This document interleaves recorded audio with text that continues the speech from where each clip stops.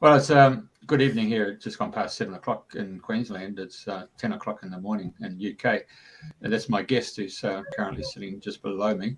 And our guest is even further below, and that's our Michael Lamb. So Michael has come back for another round of esoterical knowledge to be shared from that great knowledge bank contained in here. So without further ado, I'll pass you over to Andrena, and then she can do the intros. Well, good morning. Welcome everybody who's listening to Dreaming the New Dream. And I'm currently in Bourne End this week, so I'm coming live from the playroom. Welcome, Michael. It's lovely to have you back again. I have no idea where these subjects are going to go off. I know we're going to talk about the stars, the tree of life, the Kabbalah, and everything all mingled in, and it'll all take its own momentum. So I would love to say welcome, Michael, and it's lovely to have you back again and sharing, because you've got so much knowledge and wisdom. I don't know how you keep it all in there. So please share. Where would you like to start today? Well, I think the most popular topic at the moment seems to be about the tree of life, and many people speaking about the tree of life and what it actually represents and how it sort of came about through, I suppose, the Hermetic process, Hermetic Kabbalah, Hebrew Kabbalah, and along those lines. So it goes right back, way back before, the Egyptian pharaohs. It comes back a long, long way. And it's actually a map of the human soul, as it were, and how it's affected by the layers of bodies. You have the physical body, mental body, astral body, which is the soul. And then, of course, each of the chakras relate to certain planets, and also on the tree, if you see that model of the tree again, you'll see it's actually, there's a male pillar, a female pillar, and a neutral pillar, okay? So each of those 10 circles that we're looking at, there's actually 11, but 10 will do for now because that's fine. The 11th one's supposed to be hidden anyway. Okay, each one of those 10 circles are called Sephiroth, okay? And we can talk. The first Sephiroth is the crown, or called Kether. So if you look at the very, very top of that tree, has another little number 1, and Kether is actually ether, or some people call it chi, or some people call it prana or mana, the fifth element, the fifth dimension, that kind of thing. And if you were a tarot reader and you had like a Hermetic tarot deck, and once again, that's where the 4 aces, or the primordial forces of the 4 elements, come from, or what's called the 5th element, okay? It has a planet that relates to it, okay? And we'll talk about that more. That first top aspect is Kether, and it has all of these wheels, these Sephiroth, have a planet associated with it, and 4 layers, which are fire, air, earth, and water, or in tarot, it would be pence, cups, swords, and wands, or once again, there. So, and if it was worlds, it would be in the pence would be to the physical or the material world. If it was to cups, it would be to the soul or the astral world, astral plane. If it was to air, it would be obviously to swords and to the mental plane and to the wind element. And if it was fire, it'd be to the akasa, or the spirit world, as it were. And that would be to, of course, wands. All right, so there are many different diagrams. And then it has a planet associated with that. And the top of the tree, the planet associated with that is Neptune. Now, Neptune is symbolic with a sea god in Roman mythology, or Greco-Roman mythology. The name Neptune relates to the god Poseidon. Ironically, the capital of Atlantis was called Poseidon, and that is another story we can get into at another date. But also, yes, another a being that carries the trident, of course, is Shiva in your Indian mythology. Now, you can start to see there's a pattern that a lot of pantheons of gods and goddesses have in relationship to planets and energies. So we can use a few models to actually explain about the tree of life. So if you're working from the spiritual world of let's say tarot, or you're a reader and you want to understand more about these elements, we're going to get into them. Okay, so that starts to bring us down to each of the different Sephiroth. Now, each one of these circles, these Sephiroth, well, these planets, are connected by these lines of force, and there's 22 of them. You see the lines that link all the circles, the Sephiroth? There, each one of these planets is connected by these lines, and these lines are the 22 pathways, the 22 letters of the Hebrew alphabet, or they're the 22 arcana, high arcana card in a tarot deck, for example. So if you're looking at this particular shape here, this particular tree of life, you'll see 0 and 1, 0 being the fool and 1 being the magician. Each one of these arcana cards relate to a planet or a particular constellation or element as well. So the magician relates to Mercury as well, and the fool relates to Pluto. Okay, it's a gateway card, but more on that as we go along. Okay, yeah. Now, if you look to the left, well, it's left on my screen, and the right on you, the other side of the screen, you have the male and the female pillar, as it were, or masculine and feminine, or negative and positive aspects. And we're being affected by these planets as we grow, because the planets are like the gods and the goddesses that relate to seasons and cycles that affect us in our spiritual growth, as it were, or our soul endeavor. Okay. So, yeah, so starting with the top, okay, Kether relates to the ether, the etheric realm, the fifth element, the dimension beyond space and time, as it were. It's timeless and spaceless. All right. Now, if we move down to the top, the next chakra, if we top the female, the Chokmah, okay, there, Chokmah, that is to wisdom. It's the top of the female pillar, and that is to the third eye. Okay, so it's actually the dance of the serpents coming through as the third eye. It opens up. Eve's eye was open, as it were, and you'll see that with a lot of the pharaohic cartouches and many of the different sarcophagi. You'll see the serpent coming through there, and the bird as well. That's called the Uraeus. So that's the opening of the third eye. So it's a spiritual journey of absolute enlightenment. Okay, that's to the planet Uranus. So was the capital of Sumeria. Sumeria in Celtic, well, Suma means serpent, dragon, as it were. So the serpent energy is related to the Kundalini. So that is Uranus, the planet, that Chokmah. Okay, so we're mapped out to the stars. So our solar system is actually our tree of life. We carry this all within us. So Uranus to the third eye. Okay, Neptune to the crown, ether to the crown, Uranus to the third eye. Now, if we go over to the third, okay, Binah, which is to understanding, or knowledge, whichever way you want to look at it. Binah is to the planet Saturn.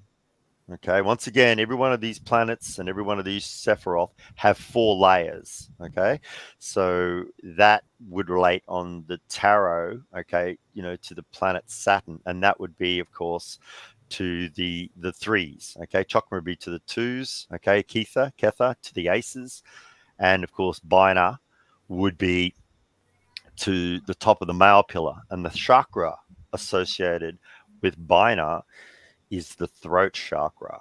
So voice and expression is very, very powerful. That's why singers and orators and actors and entertainers or lecturers or people speaking voice is very, very powerful. Okay, so voicing your energy.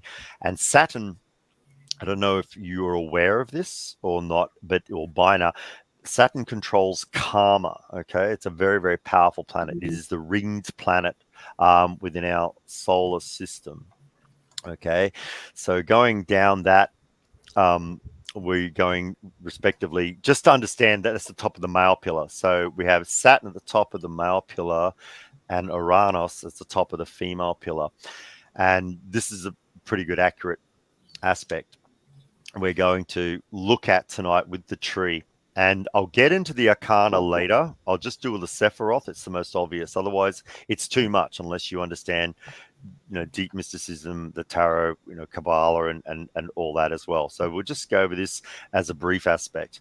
Once again, each one of these Sephiroth has the fire, air, earth, and water associated with it, or also, once again, pence is to earth, wands is to fire, swords is to air, and of course, cups is to water or fluid, as it were. So if we go over now, you got Chesed.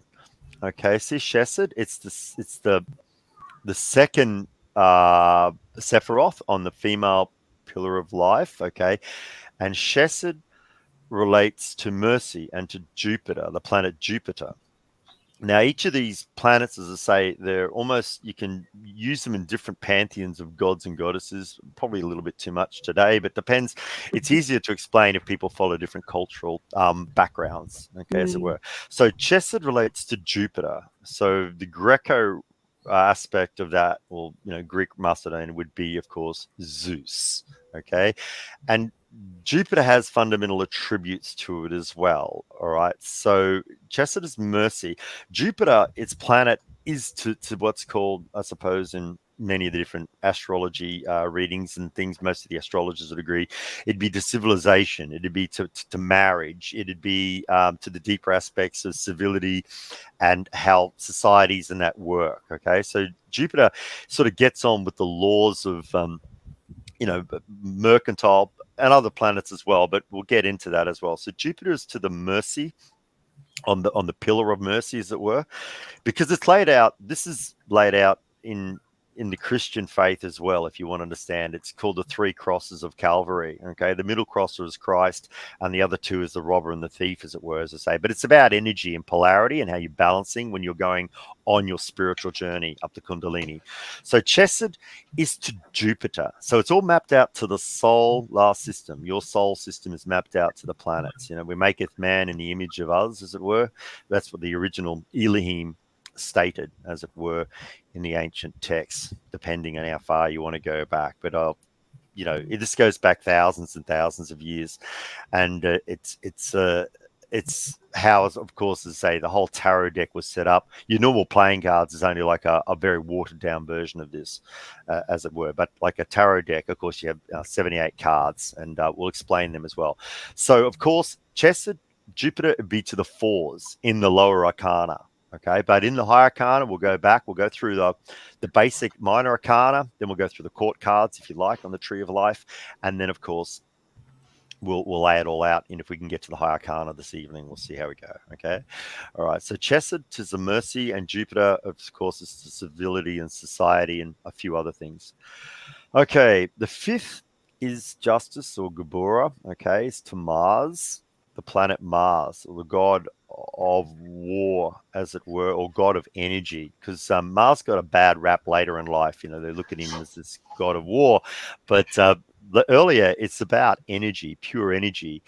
Now Mars is the second planet on the male pillar, because these pillars relate to emotional energy. As I say, when you're in alignment with yourself, your energy is flowing in tune with the great work, as it were, in harmony with the Kether and the ether, and you're working with the planetary alignment.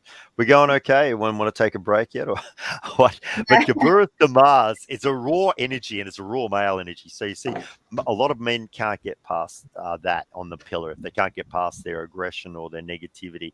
And I'm not speaking on everyone's behalf. I'm just saying you can sort of see it. You can see it in the feminine aspect as well. Okay, so that kind of but in a higher aspect, it's to strategies, it's to tactics as well.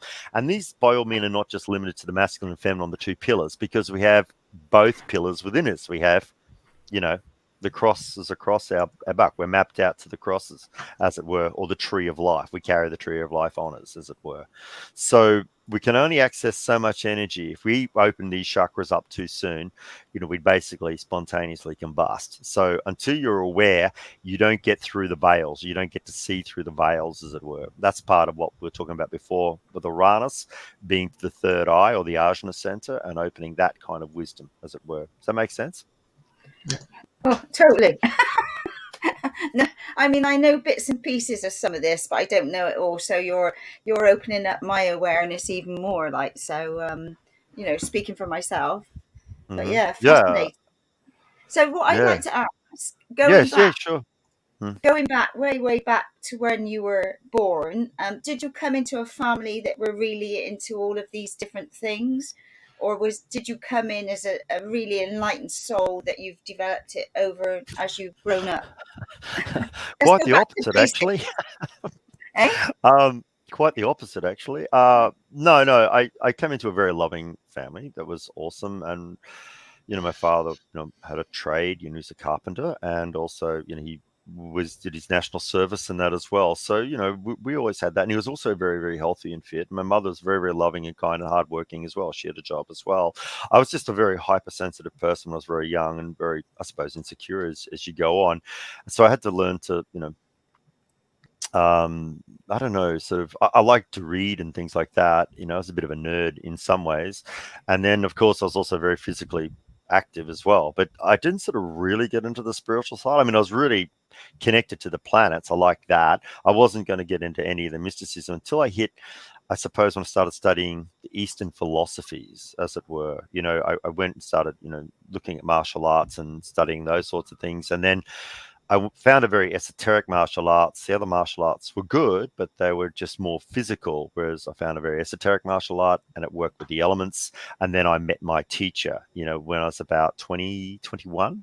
So that was good because, I don't think I was trying to fit in society, and it just did not work. But as I say, I have a trade as well, as I say, so I'm good with my hands. I'm very grounded in that respect.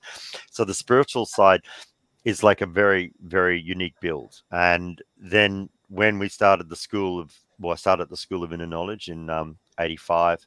Yeah, I didn't come out of there till 95. So it was a good solid 9 years. End of 85, beginning of 95 finished. So that was phenomenal. So the training in that, it has all the spiritual disciplines as a base. When you're doing the Kabbalah, the alchemy of, the Kabbalah, it's phenomenal. So your base of that is meditation, visualization, and concentration, which is basically imagination, relaxation, and focus. And I needed that. And I met a really interesting teacher. His name was William Cook Edwards. That was back in 1985. And he said, you're going to be a very good teacher. You're very interesting. And I said, great. But I had a mind that scattered. So I learned to concentrate and focus. And meditation was the go for me.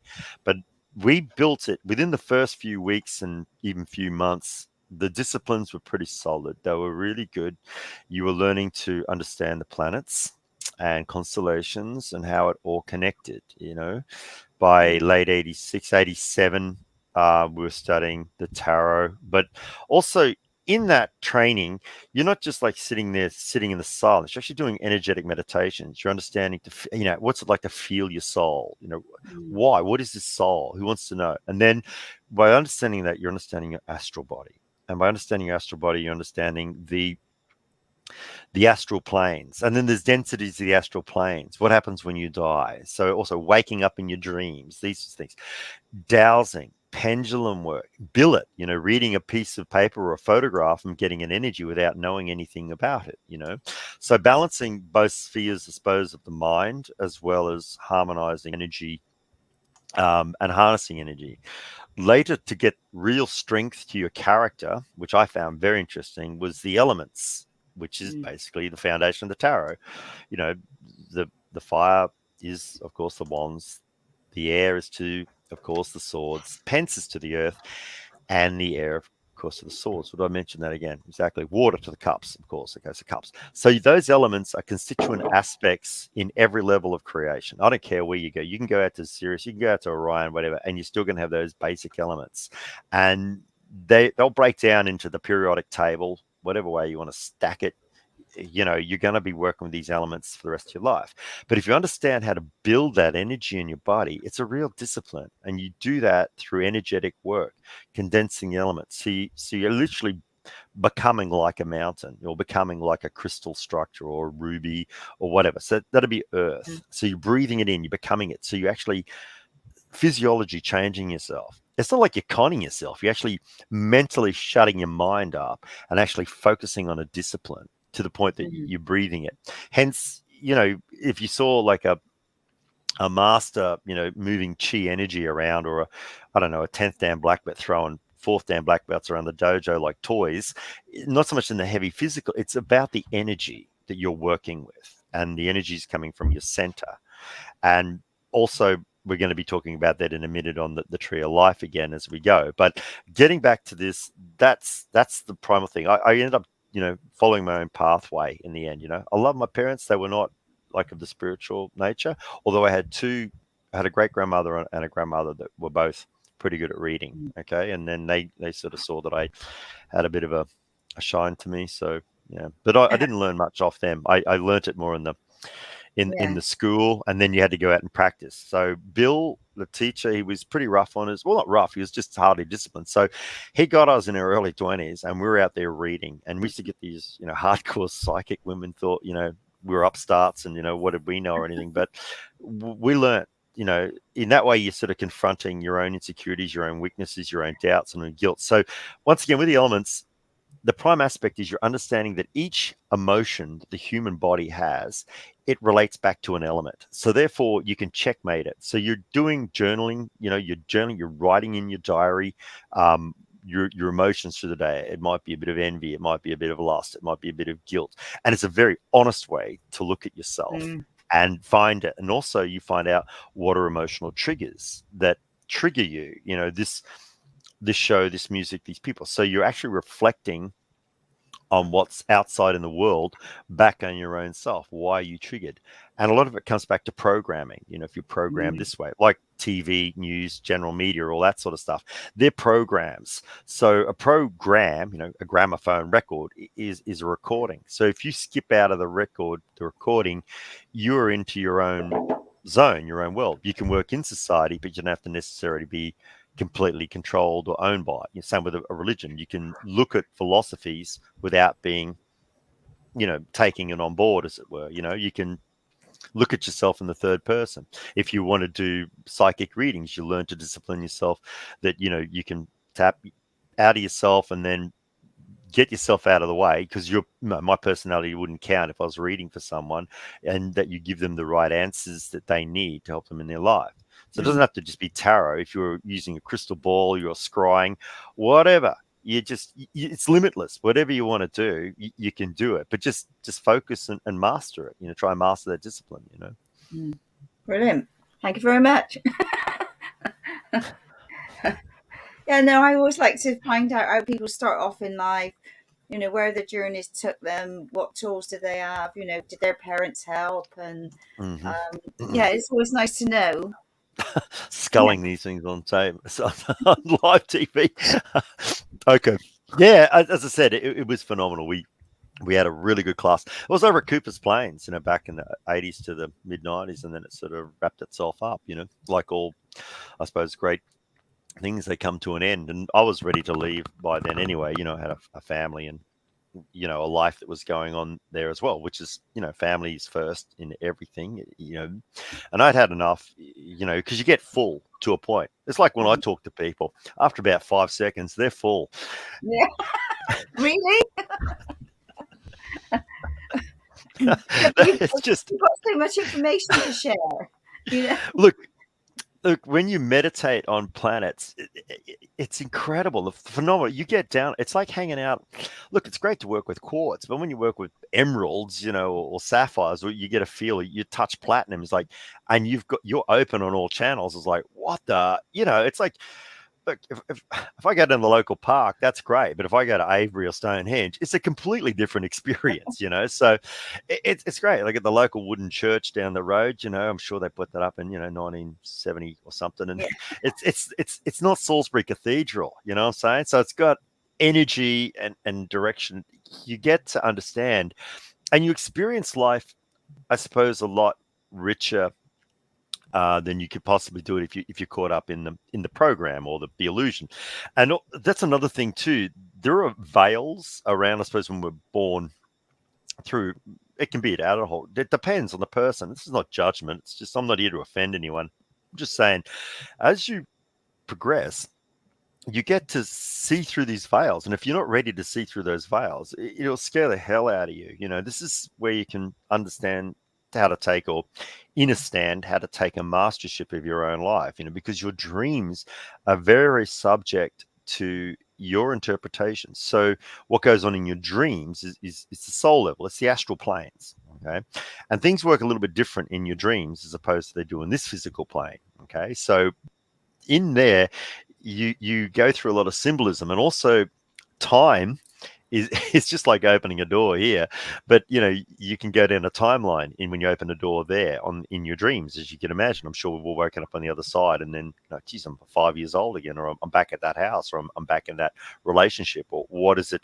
So in dreams, we have what's called a universal language, and this is what the tree of life, which is what we're doing tonight, and planets, and you can layer the whole lot together. It doesn't matter if you're doing numerology, astrology, cosmology, the whole kit and caboodle. It all works together, and when you get it, it's a cohesive aspect. So this is one of the big things I think is really important in my life, but also I felt a lot of people, it would very much benefit them, what they sense and feel in their dreams, what they remember in their dreams. That's another key, which I'll be talking about at my workshop this Saturday, how to remember your dreams a little bit more fully. It's a workshop. I want people to interact. I just don't want to be teaching theory. They've got to get in and actually start remembering and actually practicing their psychic abilities on other people. You've got to do that. Otherwise, it's just theory. You're just reading stuff out of books, and that's not how we used to do it. We used to get thrown into the deep end, and you got to have prac. Your spiritualism comes with practicality. I mean, I've got friends overseas. I mean, they're hardcore martial artists. They do that with their spirituality, and they're in their 50s and 60s, and those guys are rock solid, But once again, they kind of, that's their discipline. It's like some people are like that way built. And then there's other people that do their spiritual readings, professional spiritual, counselors, whatever. And spirit's a very, very broad term. It's spirit is spiral fire. That's what it really means. And everything is in vortex and spin. Water reconstitutes itself when it goes back into spin, so it rebalances itself. That's why, running water is very important. So some with fire creates vortexes, wind create vortexes. That's atmosphere, wind and that. So even if you're a druid, we're still talking the same language. It don't matter, Well, it does matter, but then it doesn't, You're at the paradox.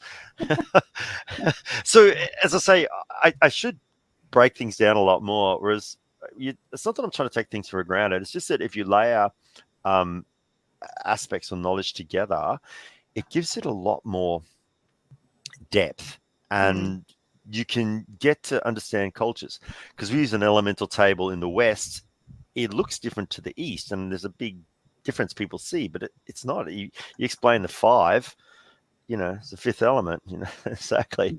You get it. So the way our bodies and that are laid out is actually mapped out to the stars, which I attempted to talk about before. And these planets have a key aspect to that. And the constellations, the 12 constellations, around the zodiac, that relates to a clock. It's just a clock. That's what it is. But that's a very oversimplified aspect. But it's actually our solar system growing through larger suns and solar systems, a lot, it's our solar system growing up with its bigger sisters and brothers, as it were. So there's energy coming from the sun at trillions of levels, creating atmospheres, as it were. So yeah, well done. Okay, well, we're going to start with the basic. Well, I'll get to the metals. I'll get there. I'll get to the days of the week. I'll get to how everything's named and that as well. And that's just, basically in our Western, calendrical system, as it were. So, yeah, Saturn, of course, yeah, as I was saying before, the top of the male pillar is Kronos. Saturn is the Saturnian. It's a Greco-Roman. So, as you know, Kronos was a Titan. He was the chief Titan or the father god of the Titans. Then came the Olympian gods. And then once again, you have a change at the end of the precession of equinoxes. So every 2,000 years, same thing happened in Egypt. Same thing happened with empires. So every time you have these 2,000 years, which is happening right now, you're going to have a change of, if there's wars on earth, there's wars in the heavens. That's what we say. And so there's a changing, and there's powerful planetary lineups now. 5 o'clock, 4 o'clock in the morning, you can go out there and see Jupiter, Saturn, Mars, and Venus. You just go, the lineup. It's a very, very powerful lineup at the moment too. Plus, we've got massive solar flares coming off the sun, so it's all happening. Can talk about that. Oh yeah, welcome to 222. It's a 6, so it's a strong, powerful year, and plus numbers mean a lot too. And same with the calendar dates. We can talk about that a lot as well, but there's a lot we can get into. But we could go back to the Tree of Life when you're ready. But any more? Sorry, did I answer that question? I don't even remember. Yeah. No, that's fine. Yeah, no, keep going. Right, well, actually, I just need to come in there because yes, you mentioned when you got your training, you went to Cooper's Plains. So because of our global audience, I just want to say Cooper's Plains is actually a suburb in the south side of Brisbane. So yes. just want to clarify that. The second one is Andrew Feasy stepped up with a question to say, where do you think the Tree of Life knowledge originated from? Look, you're really going in beyond the mainstream time frame here. As I say, they only aged the pyramids 2,300, 2,500 BC because that was all they sort of had at the time. But now you find places like Göbekli Tepe, they're 9,000 years old. That's carbon dating. That's mainstream. It's not like I'm making that up. So we've had a lot of these civilizations that we seem to have had they're sort of written off out of history. You got Scythians, Tartaria, and of course Atlantis, Lemuria, and these places. And there's a lot of evidence there. It's not like it's just pulled out of the clouds. So I believe with the Atlantean civilizations, they had a lot of this too. But the ancient Egypt aspects, you've got to find older texts. Again, I mean, you can go back into Coptic texts or I'm just going to run off names now. I don't really want to do that because I want to keep my audience connected. Yeah. As I said, I would say it's something that the way we're made. I believe we didn't just evolve from,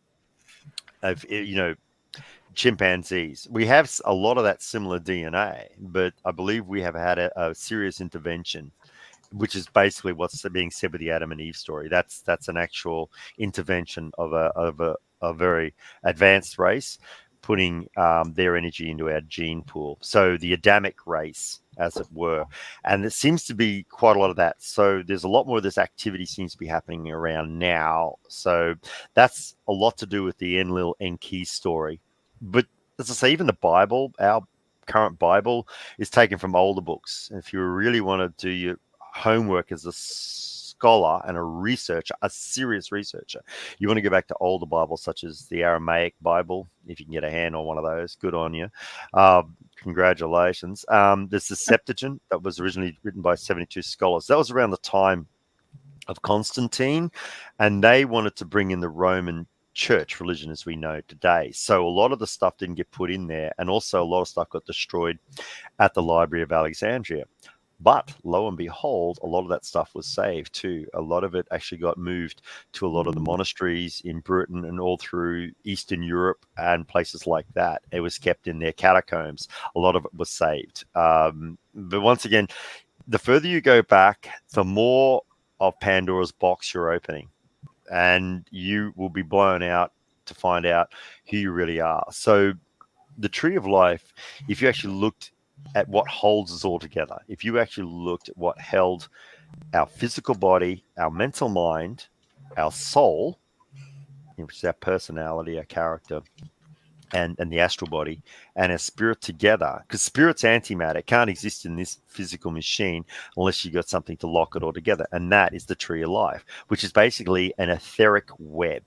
Okay, hear that? An etheric matrix also.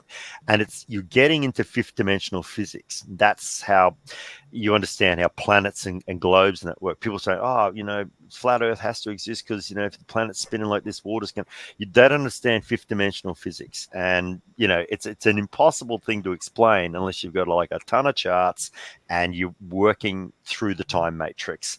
And this planet is interesting. It's more hollow. It's got a lot of tunnels and interesting aspects. So if you find out, you will never be bored for the rest of your life. You're just going to keep uncovering stuff. So, yeah, welcome to Cooper's Plains. It's a suburb of Brisbane. 27 stations. I used to travel after work. Yeah, I'd work and then I'd travel all the way to the station, get off there and race to classes to learn this sort of stuff. And they weren't even teaching this. This is a lot more of my own journey, a lot of other authors and authoresses. And also, it all links back to a lot of the mythology and the legend. It's absolutely phenomenal. Our planet is rife with it. Don't get me started on dragons. I'll tell you that. Yeah, that's another one we need to do. Same creature as the dinosaur. Wait till you reach that. Yeah, with wings. It's a big game of hide and seek, and guess what? We're all involved in it. How's that? So yeah, because there are a race of beings that really want to hide our history. They're trying to destroy all the artifacts behind us because they believe where they're going is the best place to go for our species. Whereas if you destroy not just our history, it's our heritage. Her, his, her. You get it? Yeah. The heritage. Yeah. It's not just this linear story. People think time is this straight line. That's an easy way to explain things in a 3D way. Yeah. But when you see it as a spiral, and 4D, moving spiral, it's intelligent design, incredibly intelligent design. It's live. Even the blood in your veins as I'm speaking to you, every person you met, it spirals through your body. Your heart whips it because it was just pumping it. It won't work. I've worked with liquid and oil and gas systems. I had a huge history in engineering and in construction. I know how things work in the 3D. So this physical body is a reflection of a higher self, as above so below, as it were. I hope I answered that question too, Jeff. Andrew. There's so many questions I want to answer here tonight. Oh god, I know. It's amazing. I think there you are. Yeah, he's Wizard Michael. Thank you. Oh god, look, blushing now. It's great. I'm thinking we must have one about dragons at some point. That would be a good. Oh, that would be interesting because. Oh, sorry, I didn't mean to cut you off there. I just no. The passion. Because there's sort of sleeping dragons in different places and waking up and all sorts of things. Exactly. So that's the next 7 episodes. Hey, how you going with that, Jeff? Okay. The dragon is in every single culture in the world that I know of, and I'm not kidding. Everything from the rainbow serpent, and I'm not trying to steal or write anyone's culture. I have it with the highest respect. I just say it as a matter of fact, offhand. You can go to China, you can go to Argentina, you can go to the Celtic Norse, you can go to Russia, you can go to Japan, you can go to Thailand, you can go anywhere you want. You can go to the dragon is there. So what's the skeletons that we've got of these dinosaurs? The word dinosaur didn't even exist 150 years ago. It didn't exist. And it came out with the whole Darwinian thing, which was actually a race with these other, paleontology. Like, you don't want to get into that. The last thing that came out of Pandora's box is hope, according to Greg George. So just if you get into that, it's a real mess. But that whole Pendragon line of Arthurian myth, because my teacher was a long time, he had some really old, rare books. I mean, really old, prior to First, Second World War. And he asked me, because he knew that I was really hungry for this knowledge. He showed me this old book, and I'm looking at this king line of Britain. I'm not just talking the Welsh kings and the Scots kings and the Irish kings. It was over 100 kings at one stage, all not competing, but they were at the same time. Europe was full of kingdoms and queendoms. These realms and realms they were before the great Rome decided to expand out. But these that Pendragon line is a very, very important line, you know, the Joseph of Arimathea. But we'll talk about that another time, because they're called Pendragons for a reason. It's not just Uther Pendragon, you know, Arthur's father. It's a line, like the line of Merlin's. And they go back to the Mediterranean, particularly like around the Phoenicians. And that, once again, this could be like a 40-hour documentary. Should be, actually. It'd be great. Oh, well, 88 make it FM, short. folks. Gosh. Just And it's quickly. don't just quickly. I've heard that before. Oh, look, it's September. Oh gosh, yeah. My sister's got 2 10-foot dragons in storage in Glastonbury. As you would. As you would, of course. And we Why wouldn't you? we were in the Beltane celebration a few years back, which is May the 1st in and thousands come to Glastonbury for that, and they have a massive parade. And anyway, she went to get one out, and she ended up getting the second one out, and then the green men and all of them, you know, Oh yeah, the green man, yeah. Yeah, they said to us, "Come on, girls, you can lead the parade."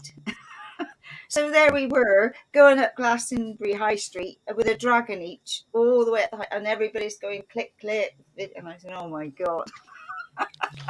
It's amazing energy in Glastonbury. It's one of the areas on that ley line, doesn't it, that starts at Old Sarum and goes through Salisbury, right through Stonehenge, Avebury, and right Glastonbury tour. Phenomenal. I remember when we were there, and it felt like, I know obviously the Himalayas are the top of the world, but it felt like it was the top of the world, or the veils were really thin. You could feel a lot of energy in the realms. Obviously, there's massive amounts of crop circle activity, and you know, if you want to follow that, you know, I recommend. Another one. Yeah, it's another one. Yeah, exactly. But the white horses, we were going to see all the white horses of Uffington and so on and so forth. The energy there was off the rick. It was like deja vu on steroids every minute or something. Everything was just the trees, like they felt they had eyes. So if you're very, I don't know, like attuned maybe to this work would be the right aspect. But everything from Druid folklore, there was a lot of lays that seemed to be crossing that major lay, and there was vortex energy going on. It felt like you were being watched by, you know, those spirits and sprites. And there's a lot of it in the laws, actually history, you know, documented cases of people going missing in fairy circles. That's a huge aspect. So you're dealing with these timelines, and when people go into different spheres, let's say elemental spheres that we're talking about with the tarot and the tree of life, like there's an air sphere, which is sort of like your self, like fairy folk, brownies, quicklings, those kind of energies in the nursery rhymes. Yet the nursery rhymes are still around for centuries, and it seems to be this truth about them, you know, rather than what some politician said 2 weeks ago means nothing. It means nothing. You know, who cares what they said? What, you know, whereas some truth, you know, some god or some, you know, the Beltane festival, you say that it's a powerful time, May 1st, you know, it's celebrated for a reason, and it still keeps its ancient name. And that's why ancient languages, ancient symbology, ancient law, it's important that we keep that. And there's phenomenal mysteries that we unravel and we can connect with. It's a universal language that we're talking about, once again, that you have in your own dreams that other people have as well. So there is that key to also penetrating the veils and awakening one's higher self and one's knowledge into the greater realm of existence. So once again, we are the microcosm. If you looked at ourselves as being the center of the universe, which sounds egotistical, but it's actually not. Just let's say, for argument's sake, we're the center of the universe. If you went into ourselves and right down into the microcosm, down into the cells, you know, they would be similar, I suppose, in my thing, like galaxies and billions of stars. You get billions of cells, if not trillions of cells, like trillions of stars. So it's an infinite aspect of self-replication, as it were. And if you went into each of the cells, you'd get into the atomic levels, you know, molecular structures and the biology of it all. So it's all these things working at the same time, and that's it. And you're at that center. And if you go out from Earth, then you go to the planets. Then you go out from the planets, you go to the solar system, and then our local star system, zodiac aspects, and then, you know, out to a local arm of this Orion galaxy. And if you left the Milky Way, you'd get to Andromeda, and, you know, it's just infinite. And infinite I unite, which is the key to the five. You know, that's why it's really sacred in Masonic law. It's called squaring the circle. I've done it at many events. I show people how to square the circle with a 5.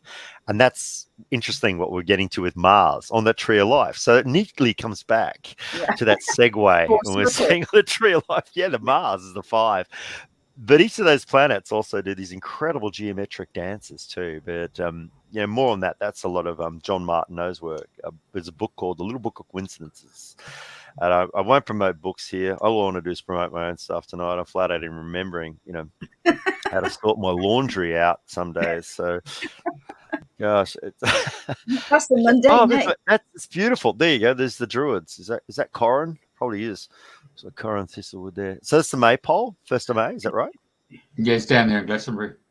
Oh, I love Glastonbury. Exactly. So people dress up. Oh, and it's a very. You can act your shoe size down there. What's that? You can shoe size. You can act the shoe size. You can act the shoe size. Okay. Yeah, yes. I love it. I'm 5.5. Okay. Oh, wonderful. Okay. How are we going with the tree of life? I know I couldn't get my planetary pictures over. I did drop them in a few times. I've been working. Okay, that's good. No, that's okay. We'll stick to that basic. Where do you want to start with? You want to start with Uranus or what? No, that's okay. We'll go through the tree of life again. We're at Mars. I'll just go back through that symbol if people are watching, and then I'll go and then we'll talk about the pictures. That's Neptune. Is that Uranus? Okay. Yeah. Uranus, is that Uranus? Okay, Uranus. Okay.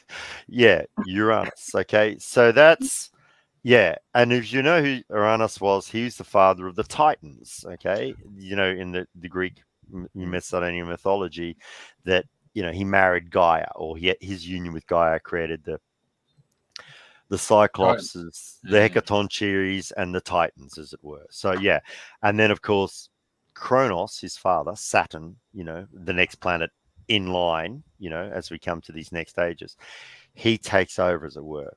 And yeah, and that's Saturn. Well done. Okay, so Saturn's the one with the rings, okay, has a hexagram on top. We'll do that more when we do the planets as well. So yeah, so Saturn, that planet relates to the throat chakra in our Kabbalah, and Uranus is to the third eye. So Uranus is to the serpent energy in that planet, and awakening the third eye is basically your Kundalini crossing over, like the Caduceus and waking. That's Jupiter.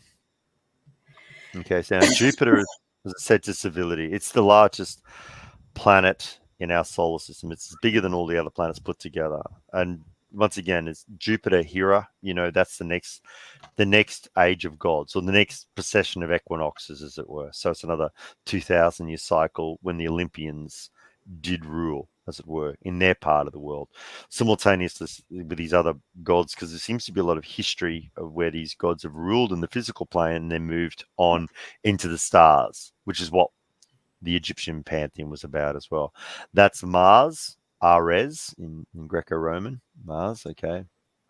Yeah, that's number 5 in Kabbalah. Jupiter's 4, Saturn's 3, Uranus is 2, Neptune 1. Yeah, so if you're looking at those planets, planet Earth, yeah, where that's number 10. Well, that's Malkuth, foundation, the very foundation of the tree of life, Earth.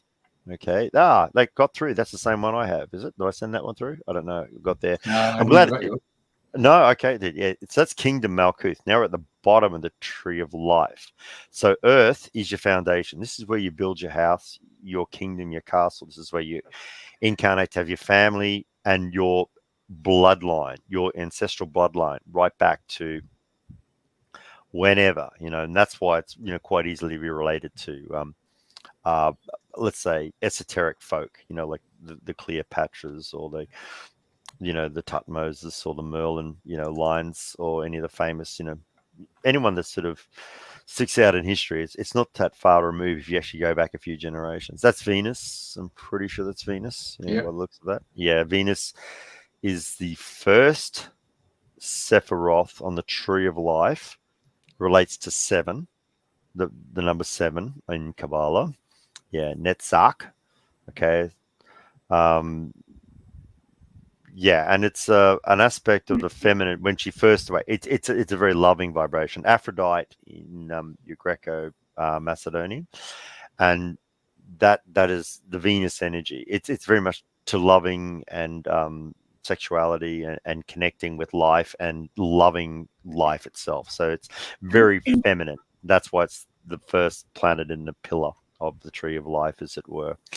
So it's very much a part of that. So Venus, and also it's about a lot of grace and eloquence, as it were, too. Yeah, if you go back to the tree or any of the other planets, the sun sits in the middle of the whole deal. The sun is the solar star. Oh, That's okay. the moon. No, that's fine. We'll do that. There's the moon there. That's Yesod. That's number 9. It also relates to geometry, and that we'll get to that as well. But that's number 9. That's not right. That's 9. It's right. Yesod, but foundation isn't right. Foundation's 10. That's Earth. But Yesod is actually to emotions. Okay, the moon is an amplifier of energy. That's what the moon does, and Yesod as well. I was thinking those words are a bit. Yeah, I had to sort of some pulling up with another tree of life. If some of their words aren't matching up, but that's okay. It's no big deal. We're doing fun here. So Yesod is the moon, okay, or Set, or Luna, or Artemis. Different names, different cultures. We could go on for ages about the different names and different cultures. And the moon magnifies energy. So the moon amplifies, or moves the tides in and out. So if we're liquid, 70 to 90%, the moon is magnetizing or amplifying our moods, our emotional moods, as it were. So exactly. Now we're at the sun, our soul star, the sun. Soul star, the sun relates to the heart, Tiphereth, or beauty. Yes. So there's many names here attached to it, but Tiphereth in the Kabbalah, okay, Tiphereth. So it would go into many other names. So in Greco Macedonia, it'd be Helios. Later, the next set of gods would be Apollo. Before that, if you went back to Egypt, to be Osiris. They're sun gods. Ra, Ammon-Ra. He's an Egyptian sun god, and they have a time when they named this. Okay, so that was a big split in Egypt too, when the end of the cycle, which is actually what's being said in the Old Testament. It's the end of the age of the golden calf. That whole story, Moses and that's the end of the age of Taurus. So we're coming into the age of Aries at that stage, okay, in about 2,000, 4,000 years ago. So that is moving through the Aryan, or the age of Aries, the ram. And then we've just come from about 2,000 roughly to about now, where we are here now, about 2,000, from 0, time of Christ, to 2020. That's the Piscean age. And it goes anti-clockwise, counterclockwise. So now we're moving into Aquarius, age of Aquarius, for 2,000 years. Okay, this is how ages work. And this is, as I say, using the tree of knowledge, or the tree of life, it's a really good foundation, as it were. That looks like Mercury. I think it is Mercury. Okay, yeah. Mercury is the first Sephiroth, or the first chakra, or the first energy level, Hod. It's to the 8 on the male, or the masculine side of the tree of life. So, yeah, as I say, once again, the polarity, these are called Joachim and Boaz. Okay, if you're studying masonry, or you're studying high arcana, or anything along those lines. So, when you enter a particular hall, I won't do any names of that, you're going through those 2 pillars. So you're going through the entrance. Okay, so that's your 2 pillars. And the neutral pillars, when you go through the entrance, you go to the altar. So you're entranced, and you're going to the altar. So I could show you how this is laid out on some cathedrals. Some just use a basic 4-tier cross. This is actually 3 crosses. So anyway, as we went down, we finished with Mars last time. Over there, as I saw, we went through the planet aspect. We had Netzach, which is Venus, and then over, of course, to Hod, which is the base. So if you're looking at those pillars, Okay, masculine pillar, and then feminine pillar, and then we go to the neutral pillar.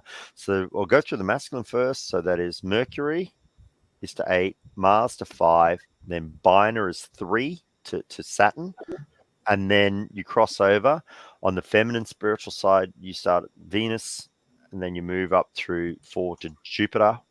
So 7, 4, and then 2 to Uranus, Chokmah, third eye. So you go through different polarities of spirituality, and also you've got to get into, if you don't have to believe in reincarnation, if you don't want to, but if you believe in reincarnation, you may have activated this, or more than likely you've activated this from previous cycles or previous incarnations, as it were. So you might have picked up where you left off. So you might, first 5, 10, 20, I don't know, years before, you pick up and think, oh, this is what I'm supposed to be doing, So yeah, absolutely. Is that Pluto? Is that? Yep. Yep, I got it. I'm not bad. I got that. It's Pluto. Death. Pluto, yeah. Pluto relates to death or death, and there's a reason why that. And it's actually a hidden chakra, which we practice in Kabbalah. In between the heart and the throat is what's called the mid-heart, and it's actually to the 11th chakra, or 0. You can put it as 11, or you can start with 0 again. And it relates to the Fool on the tree of life, or Pluto is death. And the reason why that, if you know the name Pluto in Roman mythology, Pluto is a dog, okay? Pluto's a dog, like in Walt Disney, right? So if we go back to Greco-Roman and Egyptian, I'm just using these things here because if I start with all the philosophies on the planet, I'll be here till, October or something. So I'm just, they're simple. No. Most of them, yeah, that's okay. So Pluto is actually, just above the sun in the central pillar, and it's death, okay, or death. And it relates to when you pass over to what's called the hallway, or the cave of souls, what it's called, the palace of souls. So when you're incarnating, you're going through what's called that level. Okay, so another incarnation, come back, another cycle. You pick your soul group, you pick your family, get a new body, and boom, away you go. As long as you've got pretty clean karma, you go there. But this is interesting because Pluto in Greco-Macedonian, Greek, relates to Hades. Okay, Hades. And the dog that it guards, the guardian of Hades, is Cerberus, a three-handed, Cerberus, three-headed hound. It's a guardian. Okay, so guardians are used around the world. Generally, they can be gargoyles. You see foo dogs in, your Chinatowns. They're guardians. Outside town halls and civic centers, you see lions or dogs, 2 dogs. Now, this is what we're getting into with Pluto, and that's why Pluto's been written off. It's such a small dwarf brown planet, but it actually has a lot of history and meaning to it. Now, we've done it with, the Roman name being Pluto. Let's say the Greek Macedonian is Hades and the underworld. You're in the underworld, the other world, I don't know, life after death. And if you go to the next, if it was Egyptian, it would be Anubis. Now, Anubis guards it. And if you've seen the ancient papyruses that we can get into later, it shows that you can't, go through, you can reincarnate, but you can't resurrect until you can survive death, which is the whole thing with Anubis guarding the scales, and they weigh your soul against the feather. So if you're carrying any emotional karma and guilt and all this drama, you can't get through. So you can't resurrect. You can reincarnate, but you can't resurrect. Now, the difference between reincarnation and resurrection, which is why a lot of spiritual people can resurrect, highly spiritual advanced, is you can survive death. Like, you physically die, but you're conscious on the other side, and you can move. You just pick your next cycle or whatever, or you say, oh, I've had enough cycles on Earth. I'm going out to Sirius or, Andromeda. I've had enough of this. I'm going back to the Pleiades or whatever. So that sounds weird. Or you might incarnate another time. They say, listen, we're going to mission for you back down this timeline or in the future or whatever. And they're the powers that be. But this is so far beyond the average person's comprehension, because you're actually working in the world of angels, fallen souls, genie, and jinn, and things like that. And it's a massive concept for people to get. Like, most people are flat out getting like the concept of God and Jesus, and the rest is just scenery. Like, that's like that's their thing. Fine, no knocking them, but as I say, that's how it works. So you're actually opening chakras, and chakras, of course, are energy wheels. They're like multidimensional electromagnetic conducers, whatever you want to see it. They're energy wheels. So like, if you looked at your solar plexus chakra, from, I suppose, from a Hindu point of view, it'd be the Suryantra. Okay, so it'd be a layer of all these triangles. So if you actually looked at that, you'd see it in a 4D shape. So it gives you access to areas of energy and knowledge, you know.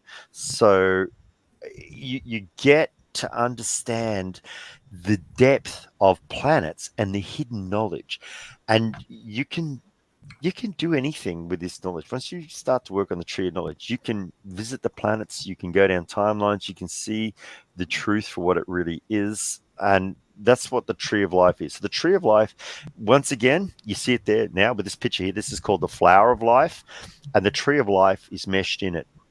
So what I was saying before, if you look at this picture here, this graphic now that Jeffrey's brought this up, and you can see the two pillars and the middle pillar. Now, that one, just before the triangle on the top, there's the flower. You see the flower crossing over above the sun. That is where Pluto resides. It's death. So it's a mystery, and it's you won't get through that label, you know, like the guardian dogs, as it were, the hounds of hell, basically. You must be the hounds of hell. You can't go through there unless you're like almost like what they call a demigod, or, you know, demigoddess. You have energy that you're aware, and you can get through the sacred veils.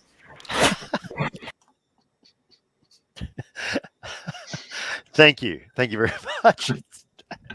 That was interesting. Okay, okay, that's good. How are we? Okay, good. Wow, it looks like a new person. You little pixie, you. Far out. Yeah, the beanbag started to drop down. Okay. So that was Pluto and the Tree of Life there, and the secret to death, and yes, and the secret of the universe was that. Thank you. Okay. Yes, we can. Someone was it, Julie? Can we reincarnate to the past as well as the future to learn lessons? Yes, this is as doable as well, but it's a little bit more complicated than me just saying yes, you can get into past and present, because we're looking at time as like a sea rather than a line. You're looking at, you know, you can enter it at certain places, or it's when people what they did with the Philadelphia experiment. It goes through like a cycle, like the Mayan calendar. I know I'm getting in the Mayan calendar now. We're in South America. It was fantastic. Gee, we've traveled most of the world. We've gone through the solar system. Why not go to South America? Exactly. So the Mayan calendar is actually very complex, but very simple. It works to the 13 cycles of the moon. It's a lunar calendar, which a lot of the calendars used to be. They used to be feminine to the matriarchal cycle. Okay. And it works to the 20. But anyway, with advance getting in and out of time portals, you work to what's called the 9/11 or the 20 cycle. Okay, so you split 20, but you don't split at 10/10. You split at 9/11, and this is advanced. This is advanced magic. This is advanced time travel. But to get into that is not sort of topic of the subject that we're dealing with tonight. But if you understand that, this is how you slide what they call sliders. They made shows about all this stuff, but I mean, they're obviously based on reality. Yeah, but you've got to understand how to get in and out. There's different ways to get in and out of places. I mean, if you're got the right frequency, you can. It's just like a code. If you have the right frequency, you can get in and out of a plane or a dimension. You don't want to stay there. It's kind of like if you went into a fairy realm. You know what I mean? You can get trapped over there. You know, oh wow, 2 years, or you know, the 2 months has passed. Come back to your realm. You know, 200 years has taken place. You know, because it's a different time matrix. There's the Mayan calendar there. Thank you very much, or the Aztec wheel there. And once again, we'd have to get into all the different cultures of South America. But once again, it's a little bit vast for this particular topic tonight. But there you have the 20 different days. We do a 10. You know, our counting system goes to 10 and then repeat. They go to 20.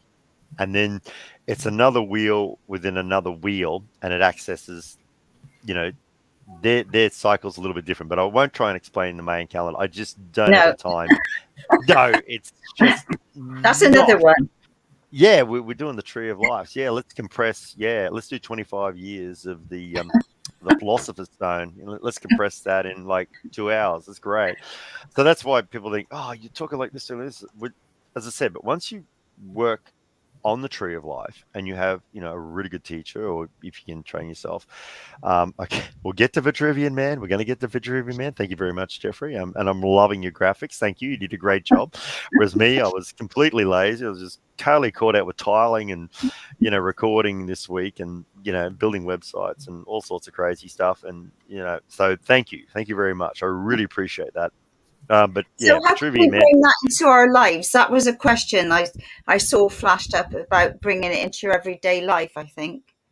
Yeah, it's something that's like you can read about it, and there are different tutorials and that online. I'm going to put a tutorial together. As I say, what did Andrew just asked me? Hang on. Okay, Andrew, I'm going to ask that question back in a minute. He just asked, Michael, how can we use the flower of life in our everyday lives and things like that? I do use it, but I use it. The flower, you're seeing it as a circle. Okay, see this tree that you're looking at now, this tree of life, you're seeing it as 2D. It's a 2D drawing, two-dimensional drawing, left and right, as it were, up and down. Okay, so you're starting to sort of see that. But we live in a 3D world, which is governed primarily by time. And time being the fourth dimension, or that matrix. People say, time's an illusion. Yeah, it is, isn't it? Yeah, if you're in higher level understanding, fine. But otherwise, we're in the physical body and we're aging. Okay, so age takes over our physical bodies. They wear out and so on and so forth. Got to get a new one.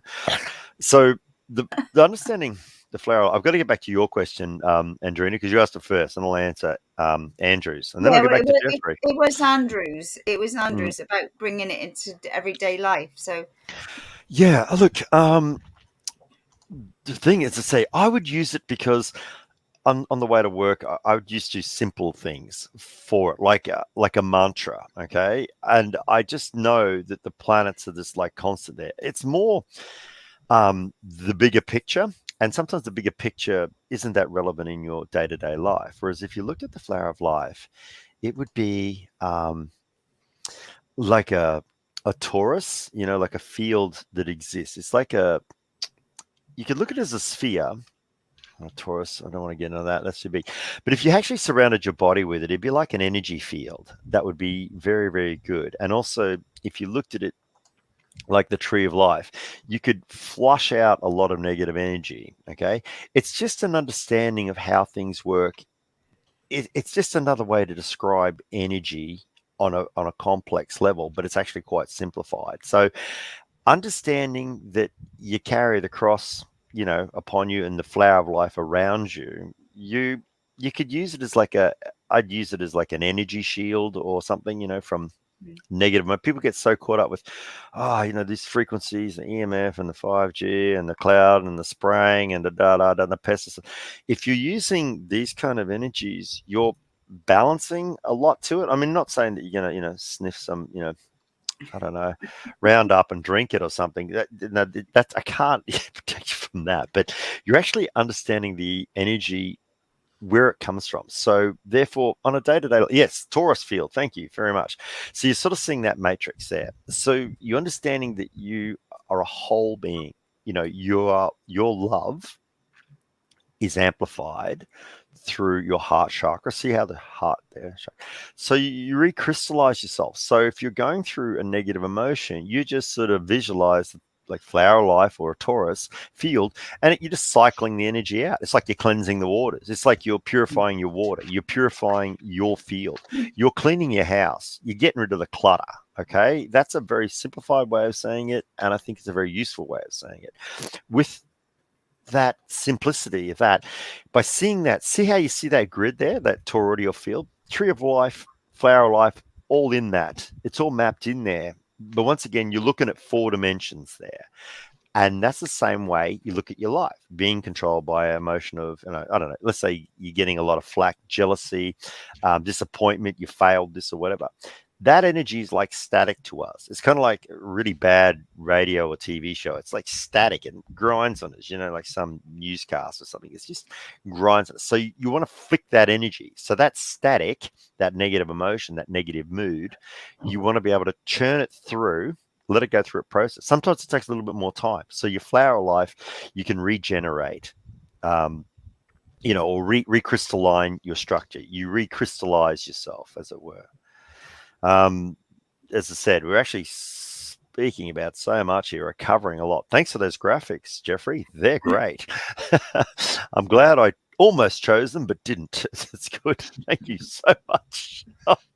They're brilliant. So I don't know if that explained it. It all sounds so a bit complex, but I just sort of visualize that sort of energy around my field, and I tend to get on through most life. It's a more complicated thing. As I said, I would, for example, if I got up at 5 o'clock in the morning, I looked at those planetary energies, or I saw the moon last night. The moon was phenomenal last night. I don't know if any of you saw it. It was like, it's sort of just phasing out a full moon, but as it was rising, it was like red and orange, and it had an incredible corona. To me, it's really easy to see auric fields and vibrations when it's like that. You can see it pulsing. It's just pulsing and pulsing and pulsing. So it's the same with what we're doing here in the bigger picture. You're getting to actually see vibration, energy, auras, and corona fields, as it were. I better not use the word corona. It's got to Yeah. better not use that. Okay, yeah, auric fields. You can get to actually sort of see an energized field. So by looking at the moon, obviously not for too long, that will be the lunar aspect, which is lunacy, but it amplifies energy. So you can see, as I say, it's dragging the tides in and out across the planet. People are asking me about my website. I'll get to it. It's actually under construction again. No, it's actually working, but if you got to go to the classes, you got to go to the top bar. The classes on the front page there. Anyway, I'm just remodeling that. I better get my act together and finish it off tonight. Yeah, so once again, I'm saying through the planets, you get to see different things. Just by having our sun and our moon, you get to understand that the sun is creating so much life, and every single spiritual person that's ever walked on this planet still walked under the sun. It's still walked under the stars. And there's been so many great teachers, and there are so many more to come as well. So we reincarnate. We understand that in our lives, it's okay.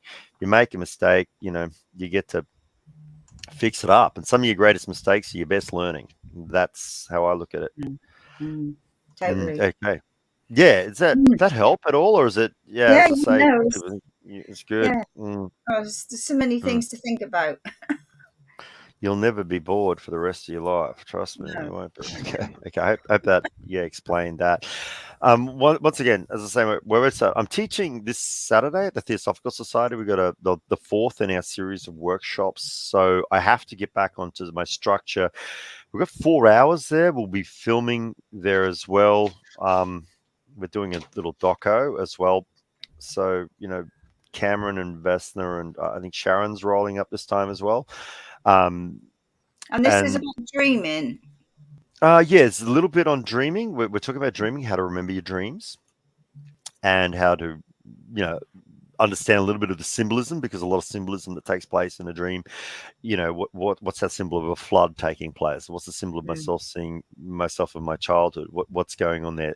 We can only cap so much, because I'll be doing later courses now. I do students online. It's just so much easier one-on-ones, rather than trying to get to places. I'll be traveling later in the year as well. So there's a lot of this as well. And also next Friday week, the 29th, we're at the Salisbury Centre. And we'll be doing that Brisbane Friday, the 29th of April. Thank you so much. 7:30 p.m. at the Salisbury Centre at 183 Lillian Avenue, Salisbury. So and that's in Brisbane. Oh, on that course, more of the same as we did tonight. Really? I don't even know which planet I'm on at the moment. As I said, no, I'm planet Earth. Great. Fantastic. Moon's out there. Great. Great. Look, we'll be talking a lot about the stars. I think we'll be doing a little bit about Orion and Sirius. That was what I was getting back to. Probably a little bit on the Pleiades, talking about pyramids and how you can get in touch with this knowledge and what are some of the good things that you can do with it as well. I mean, the Salisbury Hall actually met one of the curators there. Young fella came to one of the gigs there. Yes, there we go. That's the great Orion's belt, and it's mapped out to the pyramids on our planet. Not just the pyramids of Giza, but also to the great pyramids of Teotihuacan, in Mexico. So they had the Pyramid of the Moon, the Pyramid of the Sun, and the Pyramid of Quetzalcoatl, Okay, so Quetzalcoatl, as you know, is another name for a sun god. So those pyramids are laid out mathematically to the belt stars of Orion. So what's all that about? Let's endeavor to find that out. So as I say, many researchers have come before me, and so I'm standing on the shoulders of giants here. So we'll probably mention some of the work that Graham Hancock done, as well as, not probably will, as well as Robert Bauval, who studied this and cracked these codes as well. And there's been many other researchers in that have been fascinated by Orion. And the funny thing about Orion, it's just out of our zodiac.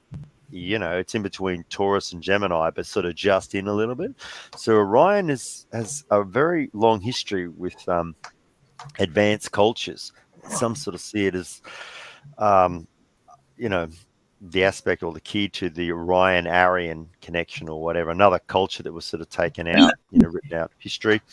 Once again, that age sort of was the end of the Taurian age, as it were. So, the bull culture, once again, is mapped out, through a lot of symbology on our planet as well. So we might talk a little bit about this symbology, how it relates to your dreams. We'll talk about that on Saturday, as well as we'll be going back over some of the basics of meditations. We'll meditate just simply on the chakras to get everyone into the room. Okay, so we'll go through the 7 chakras just to get their energy to a really good level for learning. If you don't meditate, it's very, very hard for the mind to take it in. The mind's got so many thoughts going through it. We want to just slow that down and get into a space where you can focus and absorb. With the workshop, of course, we supply pens and notepads, really good foolscap sized pages. And there's also, there'll be really good stones for sale there. We have shungite bracelets. They've become very, very popular. Shungite bracelet, I'll show you. Shungite's very, very good for EMF at the moment. EMF seems to be a problem with a lot of people. It's very good to put in your water, shungite. Its molecule is the C60 carbon molecule, so it disperses. It's actually like a semiconductor. Here, I'll show you. I've got a couple of pieces here. I carry them with me everywhere. So that's lapis. This is shungite. So we'll have these for sale. Shungite bracelets. They're quite good. I've carried shungite for years. I just have it. It's a semiconductor. So semiconductors disperse energy. So it's not mumbo jumbo we're talking about here. We're actually working with the scientific aspects, and you can actually rate it on a tester as well. Not just EM field testers, but it has its own electric and magnetic charges, although they're minor. This is obviously what we deal with in the tech age. This computer screen we're looking at in a moment, it's obviously LCD, which is liquid crystal, display, which is probably a combination LCD, LED, light emitting diodes, which is just electrics and magnetics, and we'll have that for sale. We'll also have the elemental keys for sale. It's a USB key that you can learn about the elements from as well. I'll answer as many questions as I possibly can. How are we going for time there too, by the way? Because I've got to restrict. But, I think I would prefer to carry on, but I think at this moment in time, Andrena's got she's got to look after the zoo. She got the zoo. Yeah. Exactly. Yeah. They're morphing. Exactly. If we just finish up with Andrew's question then, and yeah, then sure, wrap it up, absolutely. and then we'll book you in for next month for another talk. Absolutely. Hoping to get back out to teach the stars too. This is the elements key. It's wonderful. It's a beautiful aspect. It's got all the knowledge on there. I take the meditations there. Look at my beautiful fingernails. Aren't they gorgeous? Mm-hmm. Yes. Yeah, okay, very great. nice. They're better than mine. Oh, yeah, beauticians go nuts on my fingernails. I go, what the heck? What are you doing? No, they're real. I have really fast growing bones and nails. It's some condition. It's not a negative condition. It's actually really good. I can tear rust off steel girders of these things. They're like talons. Exactly. Yeah. Thought you'd need to know that just in case. You could work that in your daily routine as well. And this is the planetary one we've been working on. Cameron Street and I and Vesna Stajovsky, we've all been working on this one here. So meditating on the planets. They're doing really good recordings there. And it's got my logo on there as well. Okay. So you plug the USB key in. It has all the planetary pictures. Exactly. Like Jeffrey's tonight. As well as all the information on the planets and a little information on the gods and that. Plus, I do spoken word meditations, how to actually work with the planets in a meditative aspect. And so once again, with the silver one, it's for the elements. So learning about that, we talk about a lot of these things as well. I know I speak about a lot of advanced stuff, but it's to say there's some really good things that you can use in your day-to-day life. And shungite's a really good stone, I think, that we need in this age at the moment. We're absolutely bombarded by massive amounts of electromagnetism, you know, just even in these computers now, your wireless, you know, I'm not saying it's all negative in that. It's just having something around that's going to just bump the frequency up or down a couple of frequencies for your betterment, as it were. You know, it's intelligent stone, living stone. And speaking of living stone, that's how your computers work, and you know, your screens work, you know, all your mobile phones. It's all metals and stones. That's all it is. Like the glass, it's sand, you know. And instead of using copper wires, they're using obviously high-end either silver or, you know, any of the platinum group elements. Superconduction. Hey, this guy Hassan asked, do you have to wear the crystals? Do they have to touch your skin to be effective? You can program crystals.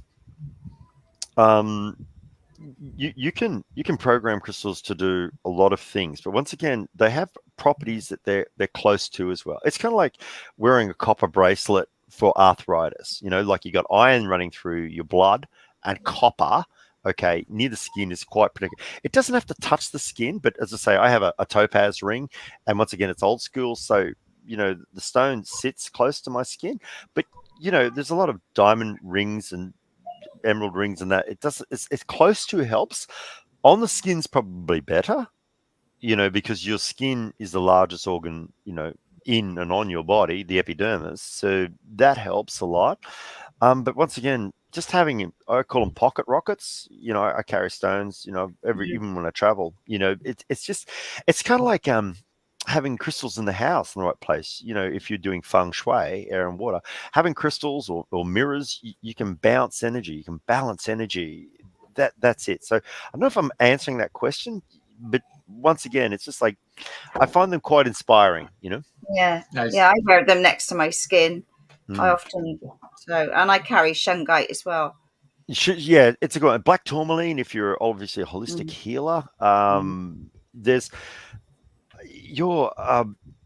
God, there's so many things you can. Where do you start with all this? It's massive. Like the gemstones alone. Oh, well, it's October again. Well, where do you want to start? I mean, we can do quartz, we can do shungite, we can talk about fossils. They're phenomenal. If I showed you my collections here, I've got everything from kyanite to you know, shark's teeth, you know, or you know, megalodons and that as well. Plus shells too. I'm very fascinated because they grow in these geometric patterns. And once again, lapis lazuli is probably one of my favorite stones. There's semi-precious stones you can get to. You know, you go aquamarine, you know, spinels. You know what you're drawn to. There's a whole thing. I do a whole talk just on stones, and stones in crowns, and sacred stones in scepters. Everything from the Korean scepters, sacred crowns across the planet, and what was very powerful stones by different cultures, like rubies, the sultans. And many of the sheiks, and many, they go for the rubies, that kind of stone too. And of course, they are very much connected to the very first lasers. So they're an intelligent stone. So more on that as we go. We should come back and talk about them more. So thank you very much for having me. It's been wonderful. It's been a pleasure. And like, there's so many, like you say, so many different ways we can go off different tangents on all of these things. So. I don't know what you're talking about, you strange people. What exactly? I came here to order a really good piece of fruit, and now look at what's happened. I've had a. According to Vera, you got long fingers. You should be playing a musical instrument. And I was going to be cheeky and say you're playing the Vizsla instrument. Yeah. Well, I'm very expressive with my hands, and I'm very creative with my hands as well. And as I said, once again, there's that growth. And I should be playing a musical instrument this time. I've got flutes and things, and people say, "You'd be a phenomenal guitarist." And yes, I do love guitar and that. But this is my journey is more about the spirituality side of things too. If I pick up a guitar, I've got guitars here, I've got boomerang, I've got plenty of toys. It's just such a brilliant thing. So yeah, I should be more the artist.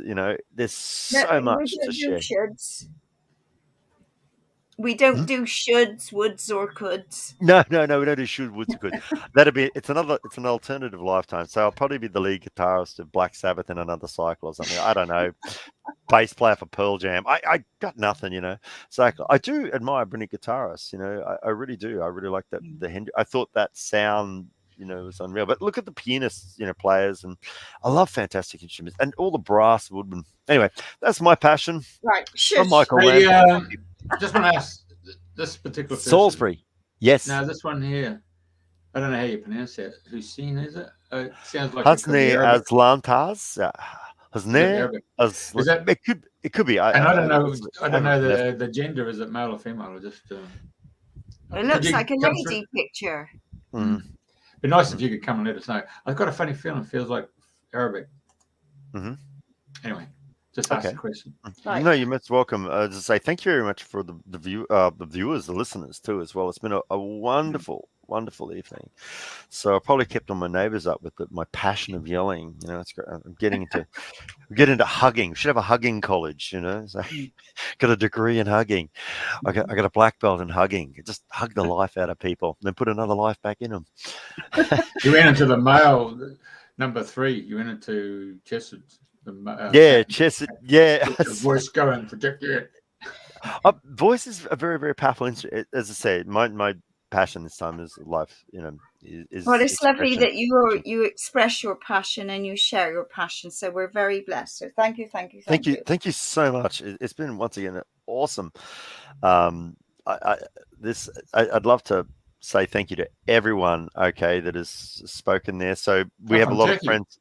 Yeah, from all over the world, exactly. Yes, Turkey. Thank you. No, thank you very much. Okay, thank you.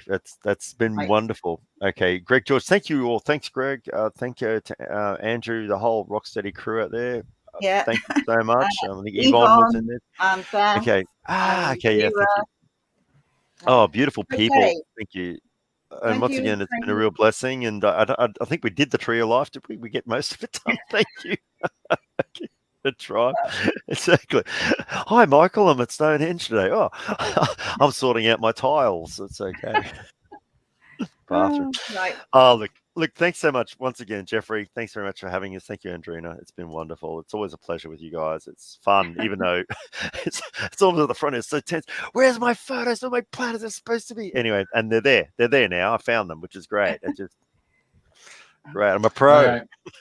Thank you so much, folks. Have a lovely evening. Thank you, everybody. And a good day. Mm-hmm. Yes, thank you. Yeah, so I'll finish off doing that. Okay. Thank you, folks. And next week, who have we got next week? Rick Dewars talking about GPMS. This is going to be something off the wood, isn't it? Yeah, definitely. You're going to give a quick preamble? Something no, to do with... I haven't got my notes or anything with me, so I can't give you much on it at the moment, I'm afraid, but I will put something later. He's from Scandinavia, isn't he? He's somewhere? Sweden or... like I said, I haven't got all my notes with me, so I couldn't tell you. I think it's from Sweden, and he's got a mate from Cheltenham in the UK, isn't he? Yeah. Wow. Yeah, I think we're going to have a double act next week. All right. All right. Love your work. Michael, thank you so much. Friday week, yeah? Yeah, looking forward to it. I hope to get there early too, so we can set up. And what's the earliest we can get there? Do you know? I'll get there about 6 or something. I think we can set up. We won't even get there earlier. Is there anything on before us? Because the earlier we can get up there, no. Okay, we could because people want to. Did we stop? Okay. Hey, people embrace it. It's like Coronation Street. Everybody likes to get involved and listen in. Okay, we'll go and then we'll stay in the green room. Okay. Thank you. Hang on. God Jeffrey's ghosting. Jeffrey's disappearing. It's great. Thank you all. Thank you. Okay. God bless. Okay. Thank you so much. Okay. Thank you all. It's been wonderful. Thank you.